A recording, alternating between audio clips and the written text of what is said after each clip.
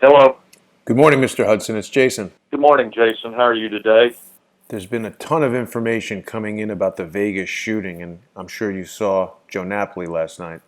Yeah, as you know, we've been looking into this pretty hot and heavy and looking at we think there's, a lot of conflicting stories, which is not uncommon, Mm-hmm. depending on where a person is located and depending on their own knowledge and background, you're going to get these conflicting stories.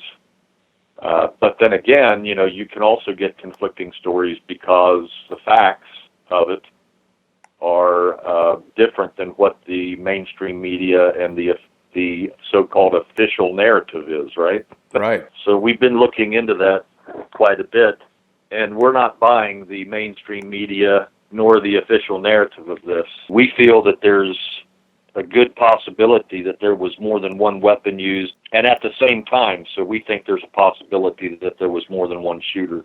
It seems like there's a lot of information to indicate that. There was a video that I was looking at last night made by a taxi driver right in front of the Mandalay Bay, and I just opened that same page, and it says that the content is no longer available. So I wonder what that's all about. Well, it's hard to say.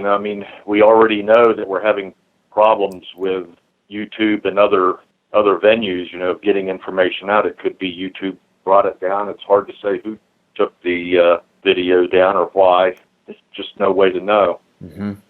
Yeah, trying to control the message, though, it seems, huh? Yes, we think that there's definitely quite a bit of control that is taking place on this. Let's face it, I hate to even call them Democrats, to be honest about it. The communists and the fascist communists, the commu-fascists, Mm-hmm. have already taken on the narrative that, that they need gun control. Right. Something that we found interesting is that supposedly there was a gun control conference taking place that we don't know if it was sponsored by the illustrious Senator John McCain or not, but we do know that we do believe it was taking place at the same time that this shooting took place. Hmm.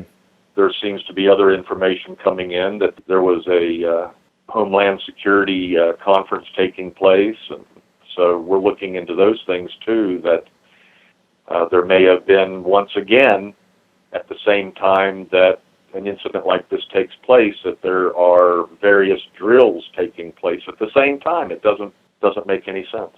Well, it matches the pattern of things we've seen in the past with September 11th and, as far as the whole lone gunman, obviously that's the classic, whether it's JFK or, Martin Luther King. There's always one crazy guy, and it's like, oh, we caught him right away. That's the end of it. Guy in a hotel, I guess it's not that difficult to conceive of the police locating him right away and finding out a lot about him. But there's always all these strange things. How many guns he had. Why would one guy need 18 guns to do this? Why would he even... Well, it doesn't make any sense. Right. It doesn't make any sense, and those guns are not cheap. That's what I mean. It's possible to buy some really cheap grade semi-automatic weapons for, my gosh, on the downside, it would at least cost an individual about $600 if they built the thing themselves. It is possible to build these yourself today. A lot of people don't know that, but it is possible to buy the components, and there are several websites that sell the various components. You can buy the barrel separately from the action and the bolt assembly, the trigger assembly, and all that, and then you put it together yourself, and believe it or not, it's actually legal to do so. But that would take a lot of time. I guess he could have, but why would someone do that? Actually, it doesn't. I can purchase the components for an AK-47, for example, and I can put one together in a couple hours. Uh-huh. And I can actually teach somebody how to do that in just a couple hours. And does an AK-47 shoot that rapidly, as we heard in the audio on all the videos that are out? Sure, on full automatic it would. Yeah, absolutely. Mm-hmm. It's a selector weapon. The components that you buy for these, though, are not designed for full automatic fire. What is the difference between semi-automatic and full automatic? Your military-grade weapons typically have what they call selector switch. It depends on the weapon, but they have a selector switch. Uh-huh. And so the selector switch on semi-auto fire means that each time you pull the trigger, you fire one round. unless the selector switch also has a setting on it that is called burst fire. And burst fire can allow you to fire 3, 4, or 5 rounds at a time, each time you pull the trigger. So semi-automatic, you pull the trigger, boom. Pull the trigger, boom. Pull the trigger, boom. Each time you pull the trigger as fast as you can pull the trigger. On a burst fire, you pull the trigger, be boom, boom, boom. 3, 4, or 5, depending on the weapon, depending on how the burst fire is set up. So you pull the trigger and it'd be brit, pull the trigger, brit, pull the trigger, brit. That's basically what it would sound like. Right. On full automatic, you pull the trigger, and as long as you hold the trigger down, as long as you have it depressed, it fires at whatever its fire rate is, so many 100 rounds per minute. And then it is dependent upon the magazine that holds the rounds that are in the weapon. It's a 20-round magazine or a 30-round magazine, a 40-round magazine, or a drum magazine, which could hold 50 or 75 or even 100 rounds. Wow. And as long as you hold the trigger down, it just continues to fire till it's done. Magazine is empty. Now, you can set it on full automatic, and when you pull the trigger, if you let off of it, you can create your own burst round, but it's not going to be limited as to 3 rounds, 4 rounds, or 5 rounds of burst. So you pull the trigger, and you, depending on how long you hold it down, is going to determine the number of rounds that go out in that particular burst. Right. So based on that audio, that guy was quite clearly firing a fully automatic, or whoever was firing, because it was just going and going and going. Well, we've been listening to the audio tapes, and we honestly think that we hear more than one caliber type of weapon going off at the same time, and one weapon sounds like... Now, bear in mind, we have not analyzed this audio using any kind of audio analyzation equipment. We're using our ears on this. Right. It would be great if somebody could obtain the audio, and then in a lab setting or in a studio setting, they could start breaking it down. So look at the waveform, you mean, and see which waveform is larger and that kind of thing? Correct. Because you're going to have things like echo, you're going to have, and plus you're going to have, depending on the caliber of the weapon and the type of weapon it is and its rate of fire, because every weapon has its own rate of fire, there's going to be a difference. Right. So it would be very interesting to be able to do that. But we think that we hear different calibers, and we think we hear different rates of fire at the same time. We think that we hear burst fire with a combination of full automatic fire. And we think, based on the sounds, we think that we hear different calibers. For example, one may be a 5.56, which is similar to an M16, M4. That's typical U.S. military weapon. And it's a very small caliber. It's only 223 in size, 223 thousandths in size. So the bullet itself is pretty small, but they're extremely deadly. We think then we also hear a 30 caliber weapon going off, and of course that's a much larger bullet than the 5.56. That would be a 7.62 or 30 caliber size weapon going off. Well, Joe Napoli said he saw the spent rounds there on the ground. I mean, so the small one, is it maybe like an inch, and the big one 3 inches? Could he easily describe the difference? Yeah, because the people need to understand. A lot of people, it's amazing to me, as many people that there are out there in the United States who have weapons. It's estimated to be 100 million people own a gun. Knowledge that people possess, the general gun owner, is still surprising to us how little knowledge they really have of the weapon and the bullets. Right. And so what people don't understand a lot of times is they don't know what a bullet is, or a round. We call it a round. It consists of several parts. The casing, which is the brass part that holds the little bullet at the end of it, right? Mm-hmm.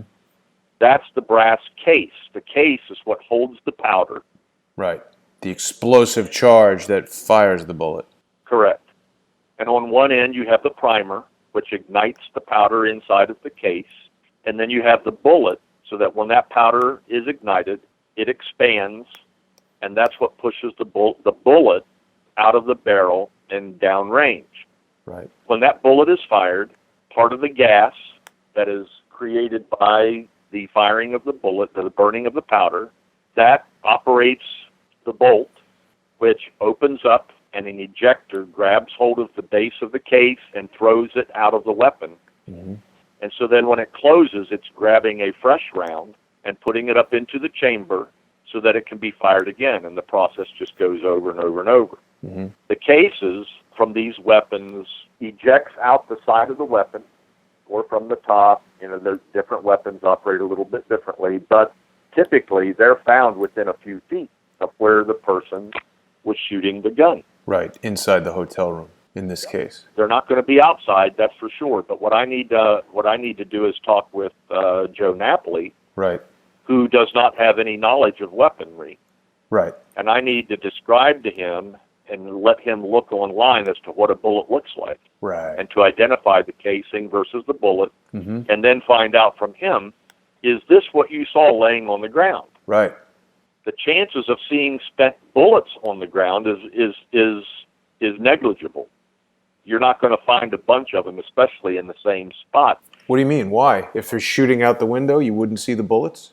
Because these bullets are coming out of the weapon. For example, in an M16, they're roughly coming out of that weapon at 3,200 feet per second. Oh, it would embed into the concrete? Could, but the bullet itself is also typically, for a military round, it is what we call a full metal jacket. Right. Meaning that the entire outside of that bullet is made of copper. Uh-huh. There's no soft tip to it. They're not hollow pointed. And so that bullet, being very hard, is going to ricochet off of things and fly off into oblivion. They're not going to hit the ground and lay there. Good point.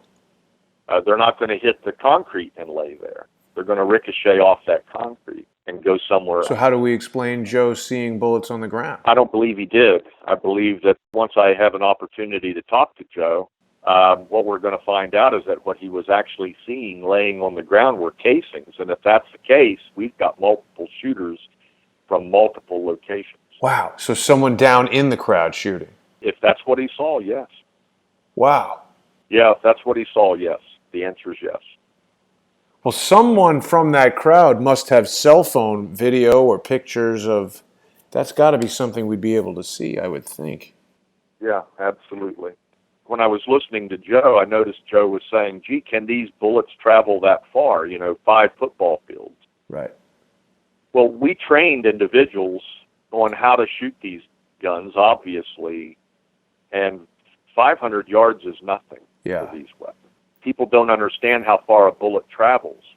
And when I was teaching, I told people, look, you can take a simple 22, a little tiny 22 that people use for squirrel hunting or rabbit hunting or something like that. Mm-hmm. It's a very, very small round. And yet there are many stories of a person not paying attention to what they were doing, firing the weapon into the air. The bullet traveled a mile. Wow. And one of the stories is a 22 bullet fired into the air by an individual who thought it was funny, and the bullet traveled a mile and killed a little girl swinging on a swing set. Whoa. So for a M16, where it's firing a bullet coming out of the barrel at 3,200, 3,400 feet per second, which is almost a mile, per second. Yeah.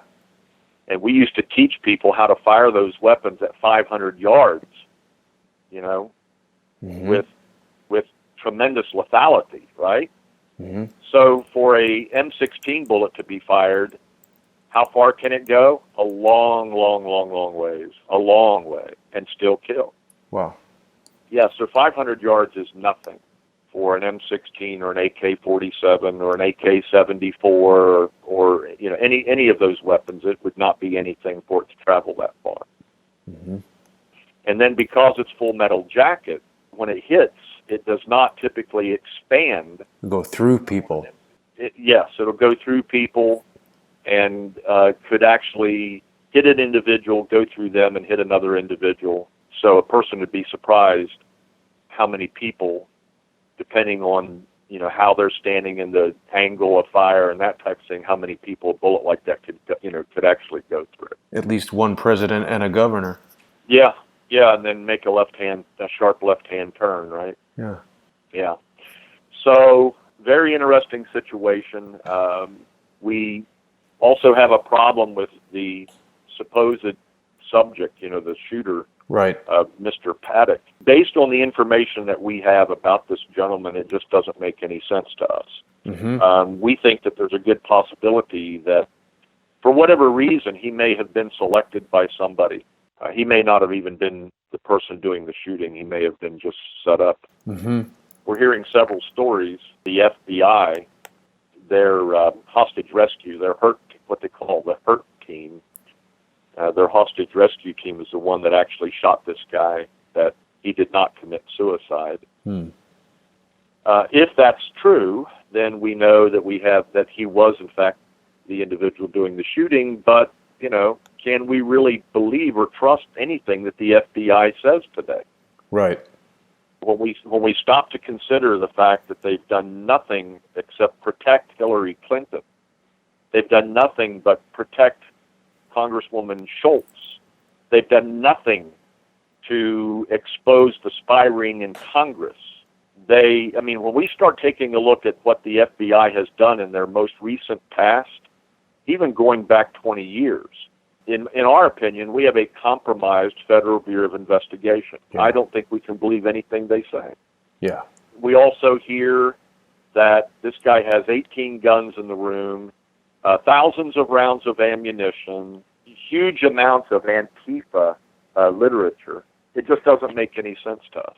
Well, the highly incredible Washington Post is reporting that Stephen Paddock had 23 guns in his 32nd floor Mandalay Bay room, and also that he had worked for Lockheed Martin at some point.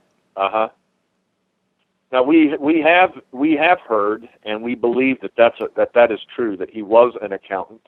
He did at one time work for Lockheed Martin, and the area that he worked for at Lockheed he was a auditor. It doesn't make any sense that he would have that many guns. Yeah. And see, it also doesn't make any sense that he would have thousands of rounds of ammunition that were loose. In other words, they're in, boxes or ammo cans or something like that, because in order for those to be utilized, they have to be loaded into a magazine that fits into the weapon in order to fire it. Well, that takes time to load those things up into a magazine. Right. And not just a few seconds. That takes several minutes to really load those things up. Mm-hmm. So what would make sense is that he would have maybe 2 or 3 weapons. Right. And then he would have bags of magazines that are already loaded. Well, that's what I thought, without even knowing anything about guns. Why would you need all these guns rather than just 1 or 2 or 3 and lots of bullets loaded and ready to go? Correct. Yeah, see, that's what doesn't make any damn sense whatsoever. It really seems doesn't. like they're staging a play, to borrow that term. Much like the evidence we were looking at in the strange death of Peter Smith. There's all of this stuff laid out that's supposed to be evidence, that's supposed to be like, oh look, the guy had all these guns, he must have done it, but it doesn't make any sense in the actual logistics of doing it.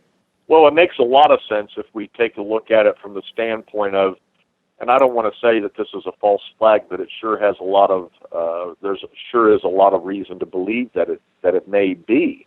Uh-huh. And wouldn't it be interesting if those 18 or 23 guns that this guy had were all the weapons that your communists like Hillary Clinton want to do away with? Those were the exact weapons that have come up time and time again in the gun control legislation that says they want to outlaw these weapons.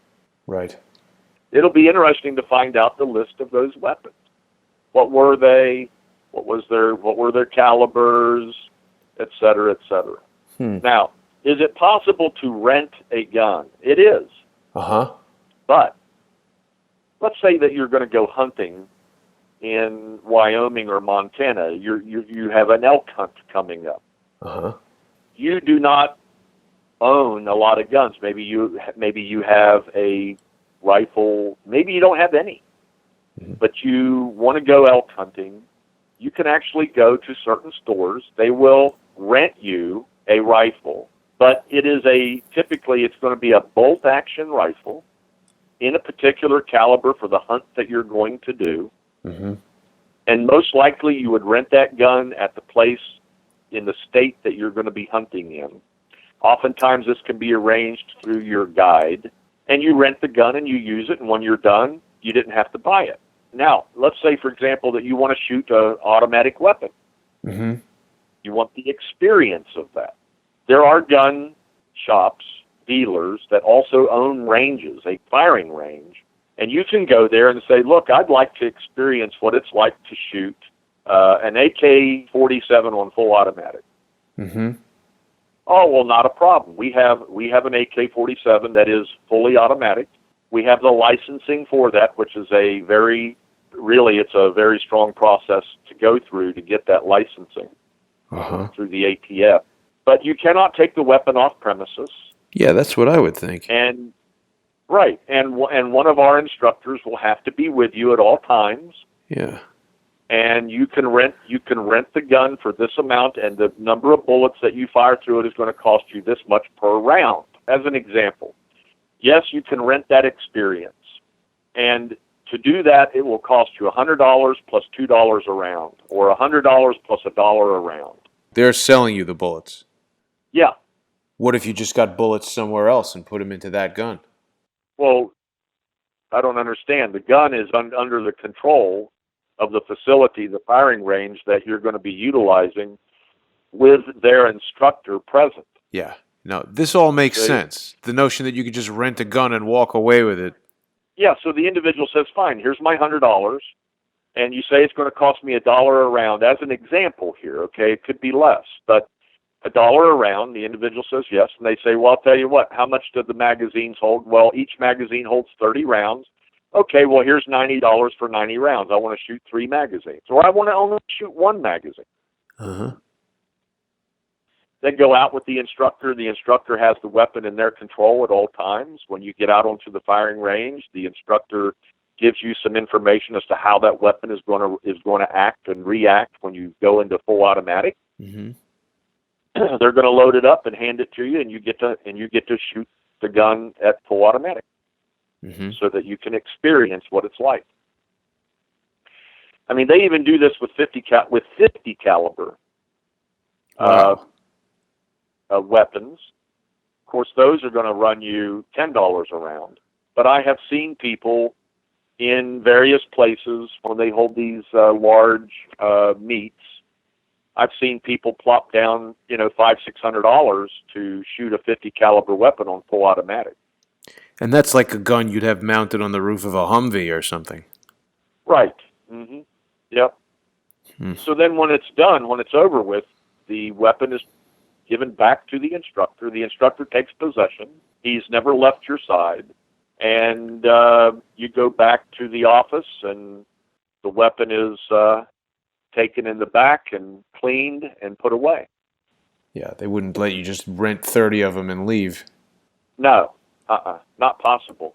Well, let me rephrase that. Is it possible? I guess if you paid somebody enough money and they were willing to find themselves in a position of where they're being charged with involuntary manslaughter and lose their license, lose their business, and lose their life. Really, because they'd be going to jail. Yeah, you'd be, what do they call that? An accomplice, essentially. Yeah, they would be. Totally illegal, completely illegal. So yeah, that just seemed. There's a lot of things on this that just don't make any sense. Maybe the guy was just insane, and somehow, without anybody knowing, he did in fact acquire all these weapons. And maybe he went to the hotel, and over the course of the 4 days he was there, luggage isn't checked.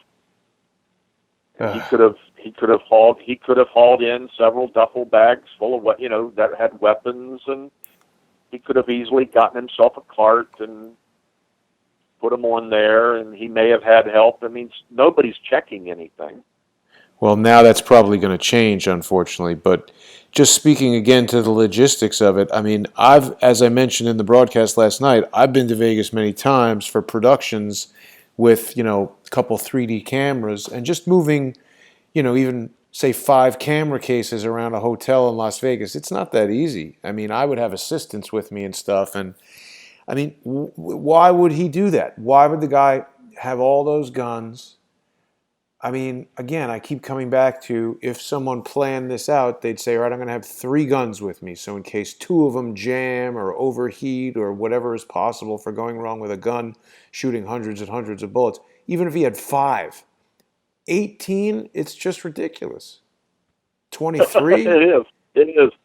Unless he wanted to just shoot all of his guns, into a crowd of people.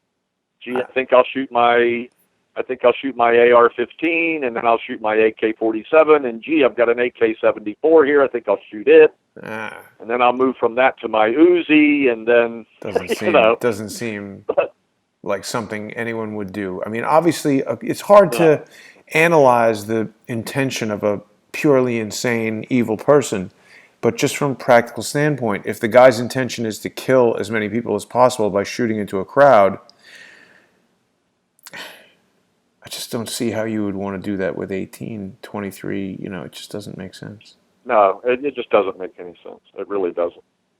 So anyway, that's all I have, unless you've got some questions. But no, I mean, I think that we got to talk to Joe some more. And I mean, again, I'm trying to not jump to a conclusion because there's obviously so much photo and video and eyewitness and audio evidence to be gone through. I sort of want to evaluate as much of that as possible. I mean, again, my first blush response is that this just reads like any of the other false flag.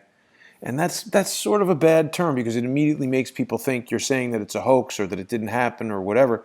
But I mean, even the JFK assassination was a false flag. They say, oh, Lee Harvey Oswald did it, one guy up in the book depository with this type of gun. But yet, just like this scenario, it seems like the ballistics don't match the gun that they claim that he used, the damage caused, the rapidity of fire, the sounds, the reports from the eyewitnesses, the audio recordings. Now, I mean, given 1963, not every single person had a high-definition, high-quality audio recorder in their pocket. Right. But now we've got, hundreds, if not more, points of evidence to go to. It'll be interesting to see what we're able to determine. One thing I want to point out, and I think it's very dangerous for the mainstream media and independent media, the harbingers of bullshit. Sorry, but I mean that's really how I feel about it. And Alex, and I know that I know that you like Alex Jones or have respect for him. I know that Alex has put out 90% truth, 10% bullshit. It's the 10% bullshit that irritates me, jumping to conclusions that really shouldn't be jumped to, Right. The thing I want people to understand, this actually did take place. This is not a situation where it didn't occur. Right. We have dead bodies and we have wounded individuals. Right. A lot. But that does not mean it was not, at the same time, was not a false flag or something that was carried out by some notorious black bag intelligence group. Right. So I want people to understand that, that just because it may be a false flag situation, there are people that lost their lives, and there are people whose lives will never be the same again. Yeah. including we Joe need to Napoli. remember that. We need to remember, yeah, we need to remember that because a false flag does come with the loss of life. Mm-hmm. I mean, that would be like somebody saying, well, 9/11 never occurred. No, 9/11 did occur. It's just that I don't agree with the official narrative of it. Right. I believe those buildings were brought down, that they were engineered to be brought down. Yeah. In a controlled fashion, and I'm not the only engineer that feels that way. There are literally hundreds, thousands of engineers that feel the same way. Yeah. And so, it'd be like saying that Kennedy wasn't really shot. Hell, he was shot, and he was murdered, but he was murdered. Yeah. The people at 9/11 were murdered. The people at the children at Sandy Hook were murdered. Mm-hmm. Does not mean that it did not occur. Does it mean that it could have been a false flag and there could have been complicit people? I don't have any doubt about that. The individuals that you see that seem to pop up time and time again, or very similar photographs, I find very, very strange. Yeah, right. The crisis actors, yeah. Exactly. Do they exist? Yes, they exist. And you know they exist because I've even pointed out to you the advertisements for them. Yep. Many people have. So there's something once again, there's something not right here. The incident did take place, but we don't know who did it or why. I find it interesting, too, that it took place where it did, in Las Vegas. Yeah. It really bothers, the things that bothers me, too, Jason, is that I had mentioned to you a couple months ago that if we did see another incident, large-scale false flag, I even told you that we thought it would probably take place in Las Vegas, and I wish I would have been wrong on that. There's other reports of people that someone has published some tweet or something that we need to verify that back in September someone said there was a false flag coming in Las Vegas. And I mean, I all of the events that you've mentioned, from JFK to 9/11 to this to Sandy Hook to, any of these things that we've seen, in my mind, these are all battles in the war of the deep state against the citizens of the United States. They want to disarm America. I'm going to tell you that right now. And I'm not sitting here saying that this is not a tragedy and that weapons, did cause it. The weapons didn't. An individual who gained access to weapons did. Or multiple individuals. The problem comes in is, why would any government want to disarm its citizenry? Well, folks, you need to look at your history, because every government that has done that has also committed democide, meaning that they killed vast amounts of their own population themselves by government. We cannot be disarmed in America. I'm telling you that right now. We cannot allow that to take place. The minute we're disarmed in America, these individuals, led by people like Obama, Hillary Clinton, and the various other traitors in our own Congress and Senate, are going to wreak havoc upon their own population. I really believe that. I also found it very scary when Joe described how it instantly, he was incarcerated and held against his will with his wife and their friends, who themselves were California police officers. They just weren't allowed to leave. So that was only for a few hours, but what happens if, let's say, a nuclear power plant exploded or some 9/11 style event happened, and then the police just put everybody on lockdown, and they can instantly activate martial law whenever the hell they want? Well, that is standard operating procedure for police departments. If you have a shooter in a hotel, and you're looking for that shooter as an example, you would lock the hotel down and you would literally search everybody, because it would be very easy for the shooter to escape, to blend themselves in with the innocent other people at the hotel. Right. So the standard operating procedure is lock everything down, sequester the individuals, and then to search everybody. Mm. Interesting that those people were in another hotel. Yeah. And in the basement of that hotel, and they were sequestered there and not allowed to go anywhere or leave without being searched. That is rather strange, in my opinion. Yeah. Okay, Jason, I got to run. Good speaking with you, Mr. Hudson. Have a good day. Okay. Bye-bye. Thank you much, buddy. Take care.